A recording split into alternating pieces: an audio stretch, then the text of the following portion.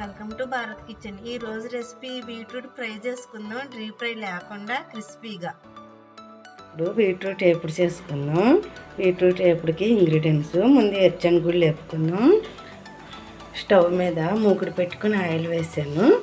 ఎర్రచనగుళ్ళు వేపు తీసుకున్నాం. శనగుళ్ళు దోరగా వేగాలి.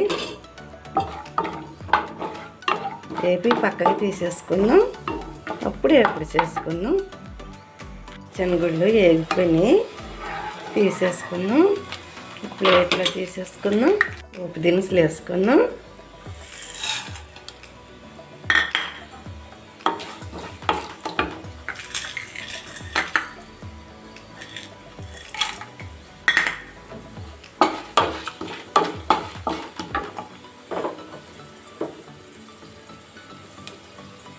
వెల్లుల్లి రేకలు కూడా దంచేస్తున్నాను.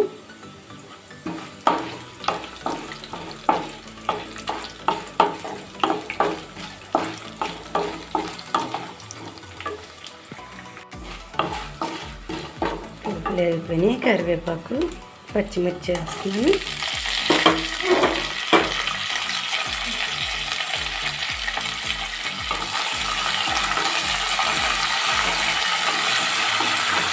తాలింపు వేగాక బీట్రూట్ వేసుకున్నాం. వేగిపోయిన పోపులు బీట్రూట్ వేసుకున్నాం. సారి కలిపేసుకుని బీట్రూట్ వేసుకున్నాం. బీట్రూట్ సన్నగా కట్ చేసుకోవాలి. ఫ్రైకి సన్నగా కట్ చేసాను.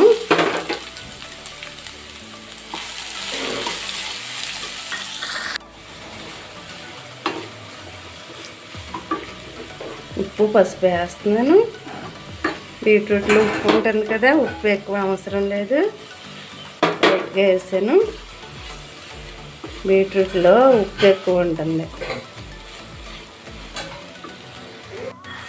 స్టవ్ సిమ్లో పెట్టుకుని ప్లేట్ మూతేసుకున్నాం.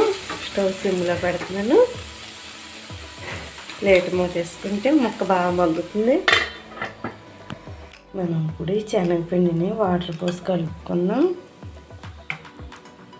చక్కగా కలుపుకోవాలి.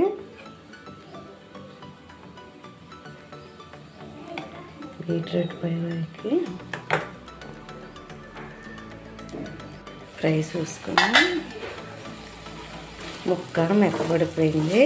ఇప్పుడు ఇంకా ప్లేట్ వేసుకోకుండా స్టవ్ కొంచెం హైలో పెట్టుకుని కలుపుకున్నాం.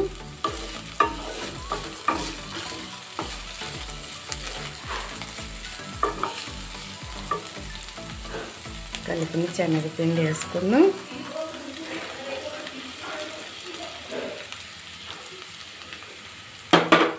శనగపిండి అంతా మొత్తం పట్టుకుని ఇలా కలుపుకున్నాం.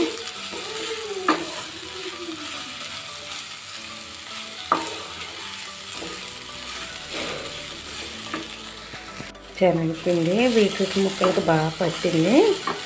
మాడకుండా కలుపుకోవాలి. చెమ్మ లేకుండా ఫ్రై అయిపోవాలి ఇదంతా. అప్పుడు బాగుంటుంది. ఫ్రై అయిపోయింది. వెచ్చనగుళ్ళు వేసి కలిపేసుకున్నాం. కలిపేసి స్టవ్ ఆపేసుకున్నాం. స్టవ్ ఆపేస్తున్నాను. శనగపిండితో బీట్రూట్ ఫ్రై రెడీ అయిపోయింది. ఇది చాలా టేస్ట్గా ఉంటుంది. బాగా కుదిరింది. పొడి పొడిగా వచ్చింది. ఎక్కడ ముద్ద అవ్వలేదు. ఫ్రై చాలా బాగుంటుంది. ఈ వీడియో మీకు నచ్చినట్లయితే లైక్ చేయండి, సబ్స్క్రైబ్ చేయండి.